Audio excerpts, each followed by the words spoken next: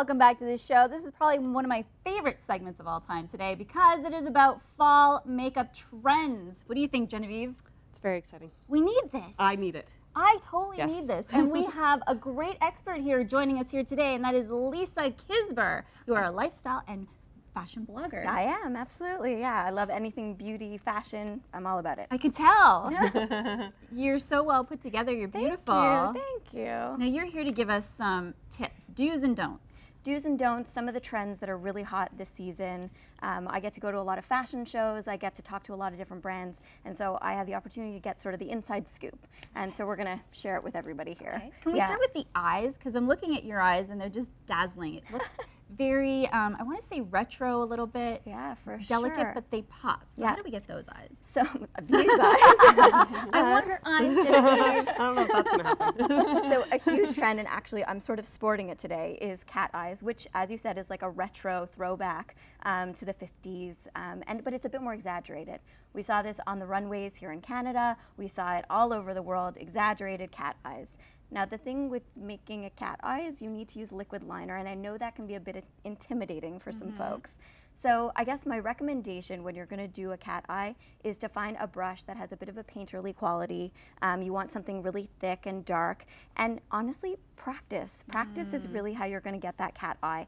And it's just doing a basic eye and then going over with the liquid liner. You make it sound so easy. Yeah, the liquid eyeliner always freaks me out because you can see the incorrectness, like the little wiggle. It's, you know what, it's a dramatic look, and it is very sleek, and obviously there isn't that much room for imperfection, but if you practice a couple of times, I guarantee you'll get it. Now, I've noticed that here it's very subtle underneath the eye. Are you putting anything there at all? That's mascara, actually, in my natural lash line. Thank you. Okay. But that brings us to the second trend, actually, which is the smoky eye.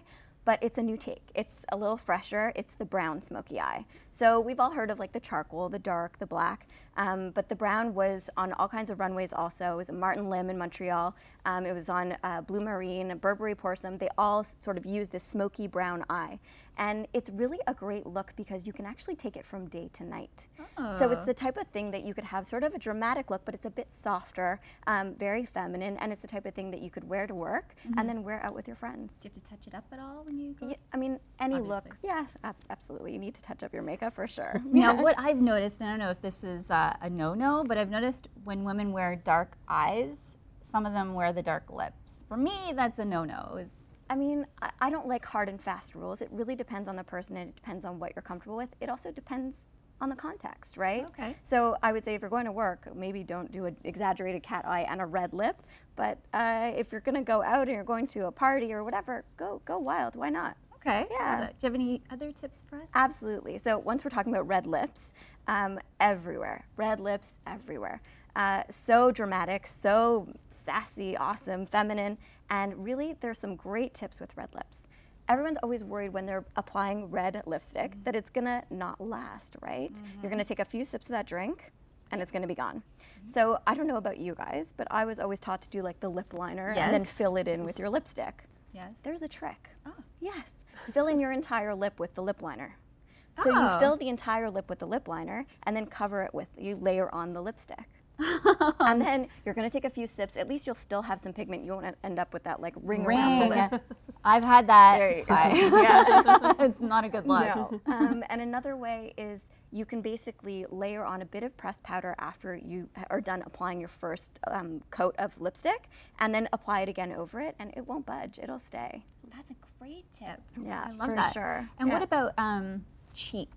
Oh, cheeks are big this season. So there's a lot of very blush cheeks, that fresh outdoorsy look, which I think is great. You know, we're sort of done with our tans, and not that we should be really tanning anyways, but we're done with our tans, and so it's time to get a little flushed, a little bit of color, and blush is a great way to do it. We saw it very exaggerated on the runway, so like serious blush.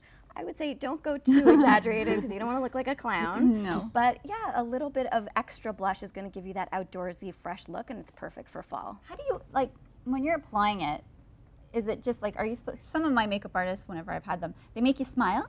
and they put it on the apple of the cheek. Yeah, is that how you're supposed to do that? So actually, I was just chatting with a makeup artist friend of mine, and he recommended that if you go to the outer corner of the eye and brush upwards, so don't go too close to the nose and don't go too close to the eye, you're going to get a lot more upward movement, which is a lot fresher and a lot youthful. Yeah, youthful looking. So before we go, I want to talk about the nails. Yes, for sure. What's in style? So nails, I have to say that nails are huge for 2012. I don't know if you've seen, but like there's tons of nail art everywhere. People are very into color. They're all about nails. 2012 is all about nails. A great color that we actually saw on the Anna Sui runway is blue. And you can see over there we have some blues. It's sort of Genevieve's getting her nails done. like I don't know if you remember black nails was like a huge trend, and I feel like this is like the new black. This is the new sort of out there interesting color for fall. I understand that some people may not want to wear blue to their work, or it might be a little bit much. I think that some tips when you're going to use a blue, a brighter color, maybe get your toes done. It's like a nice way to get the look, get the color, but you don't have to actually wear it to the office or whatever.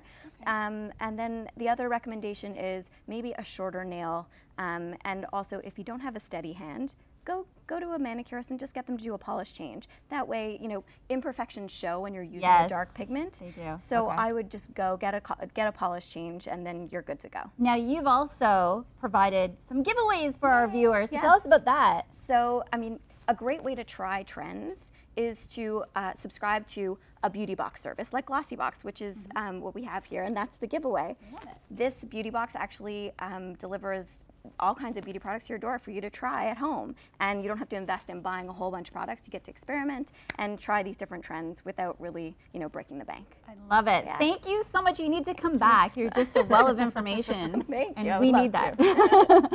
So again, the first caller to give us, actually the first two callers to call in at 905-361-5120 can take the Glossybox home. Thank you so much, and thank you, Genevieve, for being my guest co-host today. Thank you for having me. You were such a great sport. She put stuff in her hair, stuff on her nails. It was awesome. We're going to do this all again tomorrow at 4, so stay tuned.